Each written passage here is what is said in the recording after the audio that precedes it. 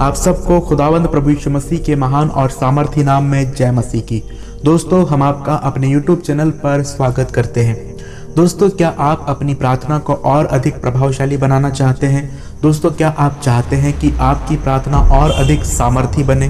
तो आज हम आपको 7 ऐसे वचन बताने वाले हैं जिन्हें जब आप अपनी शाम की प्रार्थना में शामिल करेंगे तो आप जो प्रार्थना सोने से पहले करते हैं वो प्रार्थना और अधिक सामर्थी और अधिक प्रभावशाली बनेगी। तो इससे पहले कि मैं वो 7 वचन आपको बताऊं, मैं आपसे निवेदन करूंगा कि अगर आप हमारे YouTube चैनल पर नए हैं तो हमारे चैनल को ज़रूर सब्सक्राइब करें और बेल आइकन को भी ज़रूर दबाएं ताकि आने वाले समय में जो भी वीडियो हम लोग डालें वो आपको मिल सके। तो बाइबल का सबसे पहला वचन दोस्तों जो आपको अपनी प्रार्थना में शामिल करना है वो है मत्ती का सुसमाचार और उसके 11 अध्याय का 28 वचन, जहाँ पर प्रभु यीशु मसीह कहते हैं, हे सब परिश्रम करने वालों और बोझ से दबे हुए लोगों, मेरे पास आओ, मैं तुम्हें विश्राम दूंगा। दोस्तों, हम दिन भर में अपने कामों के कारण, अपने परिश्रम और अपनी मेहनत के कारण बहुत थक जाते हैं और जब हम शाम को अपने बिस्तर पर होते हैं तो अपने शरीर को हम बहुत थका हुआ और बहुत ही कमज़ोर महसूस करते हैं।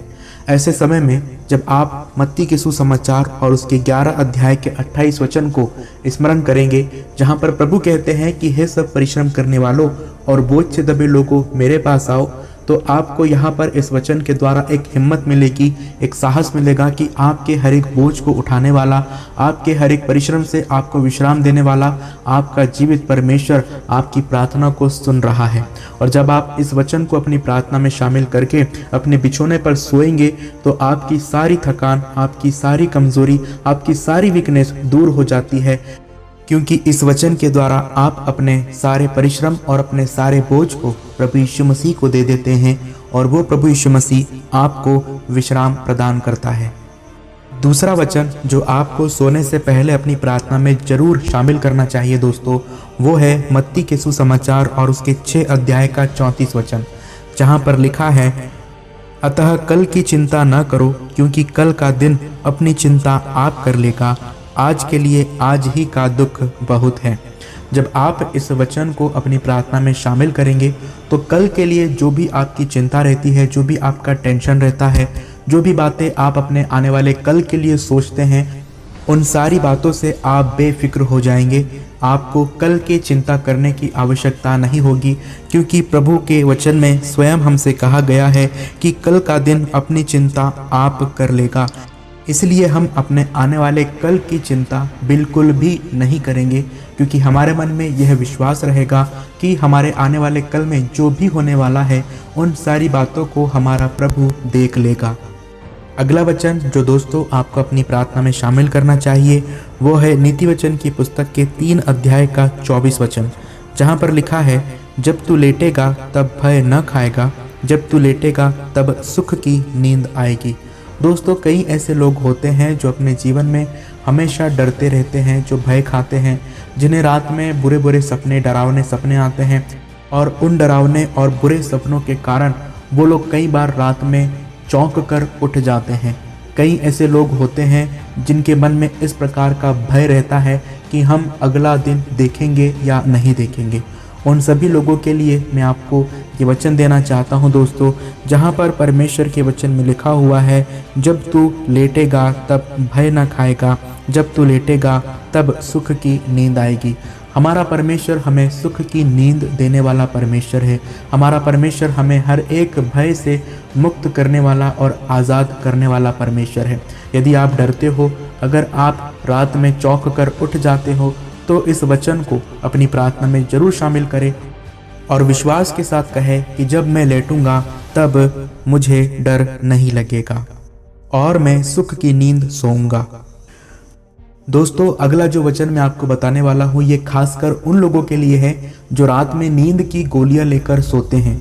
भजन संहिता की पुस्तक और उसके 127 अध्याय के 2 वचन में लिखा हुआ है, तुम जो सवेरे उठते और देर करके विश्राम करते और दुख भरी रोटी खाते हो, यह सब तुम्हारे लिए व्यर्थ ही है, क्योंकि वह अपने प्रियों को यूं ही नींद प्रदान करता है। दोस्तों, वो लोग जो रात में नींद की गोली खाकर सोते हैं, विश्वास के साथ इस वचन को अपनी प्रार्थना में आप दोहराएं, क्योंकि परमेश्वर का वचन इस बात की प्रतिज्ञा हमें देता है कि वह अपने लोगों को यूं ही नींद प्रदान करता है।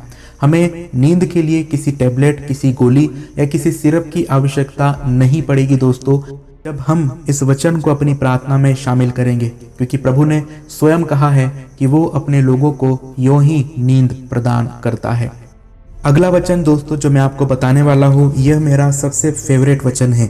भजन संहिता की पुस्तक और उसके 121 अध्याय और उसके 1 से 4 वचन में इस प्रकार से लिखा हुआ है, मैं अपनी आंखें पर्वतों की ओर लगाऊंगा, मुझे सहायता कहाँ से मिलेगी? मुझे सहायता यहोवा की ओर से मिलती है, जो आकाश और पृथ्वी का करता है। वह तेरे पाँव को टलने न देगा, तेरा रक्षक कभी न ऊँघेगा। सुन, इज़राइल का रक्षक न ऊँघेगा और न सोएगा। दोस्तों, जब हम अपने बिस्तरों पर निश्चिंत होकर सो रहे होते हैं, उस समय में भी एक है जो जागता रहता और हमारी रखवाली करता और हमें अपनी सुरक्षा प्रदान करता है, और वो है हमारा जीवित परमेश्वर यहोवा। क्योंकि बाइबल हमें इस प्रकार से बताती है अपने परमेश्वर यहोवा के विषय में कि वह ना तो ऊँघता है और न ही सोता है। हाँ दोस्तों, जब हम अपने बिछौनों पर आराम कर रहे होते हैं, उस समय में भी हमें संभालने वाला हमारा परमेश्वर यहोवा है। और जब आप इस वचन को अपनी प्रार्थना में शामिल करेंगे तो मैं विश्वास करता हूं कि इस वचन के द्वारा आपको सहानुभूति और शक्ति मिलेगी। दोस्तों, एक और वचन मैं आपको बताना चाहता हूं जो ऐसे लोगों के लिए है जिनका मन बहुत बेचैन रहता है, जो रात में बहुत व्याकुल रहते हैं, जिनके मन में अशांति रहती है, जिनका मन बहुत उथल पुथल होता रहता है। ऐसे लोगों के लिए यूहन्ना के सुसमाचार और उसके 14 अध्याय के 27 वचन को मैं आपको देना चाहता हूँ, जहाँ पर प्रभु यीशु मसीह ने कहा, मैं तुम्हें शांति दिए जाता हूँ, अपनी शांति तुम्हें देता हूँ, जैसे संसार देता है मैं तुम्हें नहीं देता। तुम्हारा मन व्याकुल न हो और न डरे।